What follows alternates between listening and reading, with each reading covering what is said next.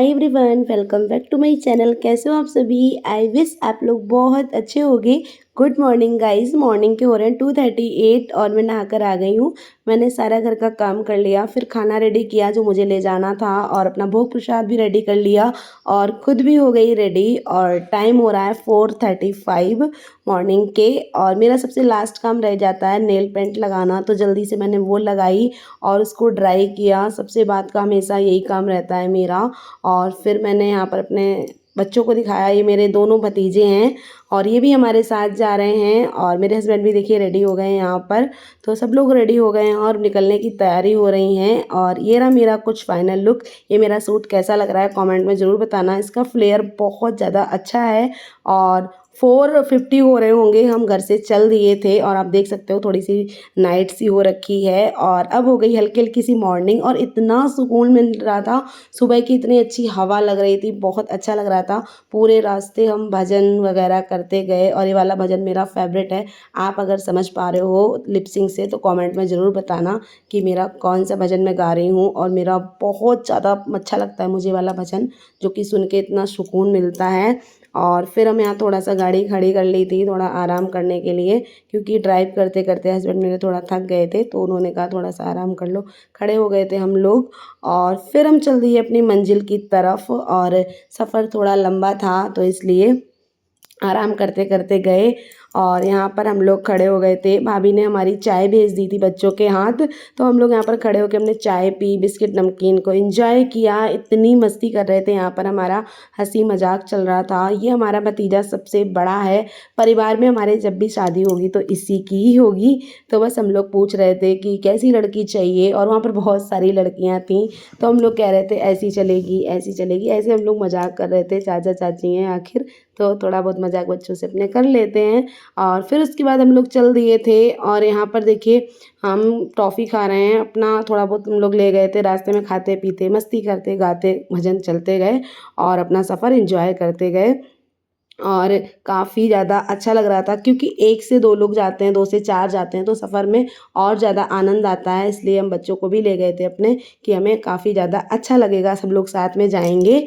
And guys फिर हम आ गए थे तटीय स्थान वृंदावन का वह धाम जहाँ आज भी श्री ठाकुर जी का विराजमान है, जिसके बारे में कहा जाता है कि आज भी यहाँ पर कलयुग का कोई प्रवेश नहीं है। कलयुग मतलब मशीनी युग से है कि यहाँ पर आपको मोबाइल इलेक्ट्रॉनिक की कोई भी चीज़ यहाँ पर नहीं मिलेगी। और यहाँ के पंडित जी जो हैं वो पानी पीते हैं, वो कुएं का पीते हैं। पंखे वगैरह आपको यहाँ कुछ भी नहीं मिलेगा, चूल्हे पे खाना बनाते हैं, इस तरह से ये लोग रहते हैं। और इतना अच्छा लग रहा था, यहाँ पर बहुत सुकून मिल रहा था। जो यहाँ के पेड़ हैं, इतनी हवा चल रही थी ठंडी ठंडी, और जो भी आप वहाँ पर सेवा करना चाहते हो तो कर सकते हो। तो मुझे तो बहुत अच्छा लगा ये वाला मंदिर और काफ़ी ज़्यादा सुकून मिला। और फिर हम लोग यहाँ पर बाहर आ गए थे। ये वंशीवट मंदिर है, ये एक दूसरा वंशीवट मंदिर है। एक मंदिर वंशीवट और है, ये दूसरा वाला मंदिर है। तो इस मंदिर में आपको बंसी की आवाज़ आएगी पेड़ों पे, बट मैंने भी कान लगाए बट मुझे नहीं सुनाई पड़ा, ना ही हस्बैंड को और ना ही बच्चों को। तो पता नहीं क्यों नहीं सुनाई पड़ा, बट यहाँ पर आवाज़ आती है। मैंने कई बार कान लगा के देखा बट नहीं आई मेरे को आवाज़, पता नहीं क्यों, कोई नहीं। और फिर हमने उसके बाद पूरा मंदिर घूमा। आप भी दर्शन कर लीजिए भगवान जी के, तो यहाँ भी बहुत अच्छा लगा मुझे। मैंने जो मंदिर पहले नहीं देखे थे वो इस बार मैं गई मंदिर, क्योंकि वृंदावन में बहुत बार जा चुकी हूँ। शादी से पहले मैं 2-3 बार गई, बट शादी के बाद बहुत बार जा चुकी हूँ। मेरा जब मन होता है हम लोगों का, हम लोग वृंदावन चले जाते हैं। तो यहाँ पर हम गोपेश्वर नाथ के मंदिर आ गए थे और यहाँ पर मैंने थोड़ा सा ही रिकॉर्ड किया क्योंकि पूजा करने लगी थी मैं। और फिर यहाँ पर हम लोग बाहर आ गए थे और यहाँ पर हम लोग पहुँच गए थे नीम करोरी बाबा के मंदिर, जो कि कैंची धाम में भी है और हमारे मायके साइड भी है और यहाँ भी है। तो हम यहाँ पर आ गए थे और यहाँ बहुत सुंदर मंदिर बना था, आप भी दर्शन कर लीजिए। बहुत अच्छा लग रहा था ये वाला मंदिर, आप देख सकते हो कितना बड़ा मंदिर है, काफ़ी ज़्यादा अच्छा मंदिर है ये वाला भी। और गाइस बाबा नीम करोली महाराज ने भाद्र शुक्ल पक्ष अनंत चतुर्दशी के दिन 1973 में अपना शरीर वृंदावन में त्याग दिया था। बाबा की आज भी वृंदावन मार्ग में परिक्रमा पर समाधि बनी हुई है। मंदिर बहुत बड़ा था और बहुत प्यारा मंदिर था। यहाँ पर बाबा जी का कंबल भी है, आप लोग भी दर्शन कर लीजिए। मैंने तो कर लिए, आप भी कर लीजिए। उसके बाद हमने रिक्शा कर लिया था और हम चल दिए थे बांके बिहारी के मंदिर, गाड़ी आपको पार्किंग करनी पड़ेगी, आपको रिक्शा से ही जाना पड़ेगा। और यहाँ पर हम लोग आ रहे थे और फिर हमने लगवाए अपने टीके, सभी लोगों ने यहाँ पर टीका लगवाया। और बंदरों की इतनी ज़्यादा शैतानी है यहाँ पर, आपके मोबाइल, पर्स, चश्मा तो बिल्कुल भी नहीं छोड़ सकते हैं। आपका ले जाएंगे, फिर आप फ्रूटी दोगे उन्हें, तभी वो वापस करते हैं। मैंने इतने सारे बंदर वहाँ देखे, फ्रूटी देने पर ही वापस कर रहे थे फ़ोन। आप अगर उन्हें और कुछ खाने पीने का दोगे, बिल्कुल आपका फ़ोन वापस नहीं करेंगे। इतनी ज़्यादा मैंने बंदरों की वहाँ पे शैतानी देखी, बहुत ज़्यादा। फिर हम आ गए मंदिर में और आप भी दर्शन कर लीजिए बांके बिहारी की, बांके बिहारी लाल की जय हो। तो सभी लोग दर्शन कर लीजिए, भीड़ बहुत कम थी। फिर हम आ गए राधा वल्लभ जी के मंदिर, यहाँ भी भीड़ कम थी और बहुत अच्छे दर्शन हुए। उसके बाद हम लोग फिर मंदिर के बाहर आ गए थे, फिर आ गए थे राधा रमन जी के मंदिर में। और इस बार इतने अच्छे दर्शन हुए, बहुत ज़्यादा। हम हर बार जाते हैं, हमें दर्शन होते हैं, अच्छे होते हैं, बट इस बार बहुत अच्छे दर्शन हुए क्योंकि वीकेंड पे जाते हैं। वीकेंड पे हमेशा भीड़ मिलेगी आपको, अब वीकेंड पे कभी मत जाना। मैं वेडनेसडे को गई थी तो हमें भीड़ बहुत ही कम मिली थी, तो काफ़ी ज़्यादा अच्छे से दर्शन हुए। फिर हम आ गए थे दामोदर जी के मंदिर और ये मंदिर बहुत बड़ा था, बहुत सुंदर मंदिर है ये गाइज। इसकी मान्यता बहुत अधिक है, ये मंदिर करीब 500 साल पुराना है। में स्थापित गिरिराज शिला का आज भी बहुत महत्व है। मान्यता है इसकी 4 परिक्रमा करने पर आपको गिरिराज गोवर्धन की परिक्रमा का पुण्य मिल जाता है।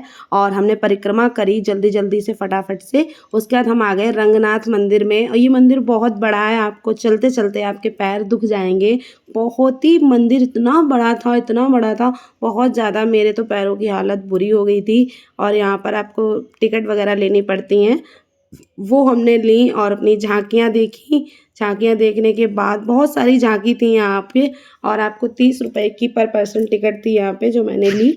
उसको लेने के बाद हमने सारी झांकियाँ देखी, बहुत सुंदर सुंदर झांकियाँ थी। मैंने आपकी सारी रिकॉर्ड नहीं कर पाई, जितनी भी रिकॉर्ड करी मैं आपके साथ शेयर कर रही हूँ। और क्योंकि मेरे पैर में बहुत ज़्यादा प्रॉब्लम होने लगी थी, बहुत ज़्यादा चलना पड़ता है, इसलिए तो पैरों में दिक्कत हो गई थी मेरे। तो ये भी देखिए कितनी सुंदर सुंदर झांकियाँ हैं, बहुत बड़ा मंदिर था। उसके बाद हम थक गए थे, हमने वहाँ पर रूम ले लिया, हमने थोड़ी देर आराम की और मेरी हालत आप देख सकते हो बहुत ज़्यादा ख़राब हो गई थी। थोड़ी सी आराम करने के बाद गाइज हम हो गए थे रेडी नहाकर और यहाँ पर टाइम हो रहा है 2 बज रहे हैं और हम चल दिए गोवर्धन जी की परिक्रमा करने। इस बार परिक्रमा हम पैदल ही कर रहे हैं, कोई रिक्शा से नहीं करेंगे। और हम 4 लोग हैं, राधे राधे जपते बातें करते करते परिक्रमा कर लेंगे। और बहुत ही अच्छा लग रहा था क्योंकि 4 लोग थे तो बहुत बढ़िया लग रहा था हम लोगों को। और हम यहाँ पहुँच गए पूछरी के लोटा मंदिर और ये मंदिर बहुत ही सुंदर है, बहुत प्यारा मंदिर है ये। उसके बाद हम फिर चल दिए थे अपने परिक्रमा करने और परिक्रमा करते करते हमें मिले कछुआ जी। और कछुआ इतना बड़ा था, ये हमारे साथ ये भी परिक्रमा कर रहा था, हमें चलते चलते मिल गया ये। और मेरे हस्बैंड की कुछ ज़्यादा हालत ख़राब हो रही थी पैरों की, क्योंकि उनके पैरों में पड़ गए थे छाले, बहुत दिक्कत हो रही थी। उसके बाद हम आ गए मुखार बिंदु के मंदिर में, यहाँ पर हमने दूध चढ़ाया और बहुत अच्छा लगा ये वाला मंदिर भी। उसके बाद हम आ गए थे राधा कुंड में, राधा कुंड में हमने अपना हाथ वगैरह जोड़े। फिर हम आ गए थे दान घाटी मंदिर में। परिक्रमा आपको करने के बाद इस मंदिर के दर्शन करने होते हैं, हमने वो किए और यहाँ पर दूध चढ़ाया। तो ये भी बहुत बड़ा मंदिर है। उसके बाद हम चल दिए थे राधा रानी के मंदिर में। राधा रानी के मंदिर पहुँचते पहुँचते बहुत धूप हो गई थी और गाइस मैंने कपड़े भी नहीं चेंज किए क्योंकि मेरी हालत बहुत ख़राब हो गई थी। परिक्रमा करनी थी हमें पैदल, हमने वो करी तो पैरों की बहुत कंडीशन ख़राब थी, बिल्कुल भी मन नहीं हो रहा था कि कपड़े चेंज करूं, जबकि मैं कपड़े लेके गई थी। फिर मैंने दुपट्टा ले लिया था क्योंकि राधा रानी के मंदिर में हमें सर पे लेना पड़ेगा, तो इसलिए मैंने दुपट्टा ले लिया था। यहाँ पर श्रृंगार का सामान ले लिया, माला ले ली थी और चुनरी ले ली थी। मैंने प्रसाद नहीं लिया क्योंकि प्रसाद मैं घर से ही बना के ले गई थी। और अब हम पहुँच गए राधा रानी के मंदिर में, तो आप भी कर लीजिए लाडली जी के दर्शन। बोलो राधे रानी की जय। तो बहुत अच्छे दर्शन हुए मैं राधा रानी के, तो आप भी दर्शन कर लीजिए। उसके बाद हम लोग घर के लिए चल दिए थे क्योंकि राधा रानी के मंदिर के दर्शन करने के बाद हमें घर जाना था। और यहाँ पर हम आ गए थे होटल में क्योंकि हमने वहाँ पर ऐसे ही थोड़ा बहुत खाया, कुछ नहीं खाया था, तो भूख बहुत तेज़ वाली लगी थी। तो हमने कहा चलो पहले खा पी लेते हैं, उसके बाद अपने घर को चलेंगे। और फिर हम आ गए थे यहाँ पे होटल पे हम लोग। यहाँ पर मैं सबसे पूछ रही थी किसको क्या खाना है क्या नहीं, कोई कुछ बोल नहीं था। चाची आप बताओ, चाचा आप बताओ, चाचा कह रहे थे आप बताओ, सब मेरे ऊपर ही कर रहे थे कि तुम बताओ क्या खाना है।